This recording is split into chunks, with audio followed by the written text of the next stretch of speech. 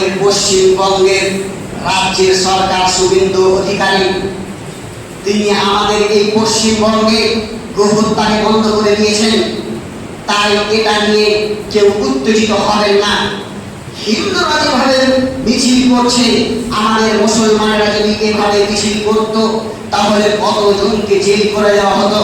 আপনারা সকলেই জানেন যে এসআইআর নিয়ে যখন মিছিল করা হয়েছিল আমাদের মোথাবাড়িতে, তখন আমাদের মোথাবাড়ির মধ্যে অনেক মুসলমান ভাইকে জেলে ভরে দেওয়া হয়েছিল। আমাদের মোথাবাড়ি থানার অন্তর্গত 14 জনকে অ্যারেস্ট করা হয়েছিল এবং আপনারা আরো জানেন যে মুফাদ্দিল ইসলাম ভাইকেও অ্যারেস্ট করা হয়েছিল। এই যে মিছিল করার কারণে তাই এই গণহত্যাকে বন্ধ করা নিয়ে কোন রকম উত্তেজিত হবেন না।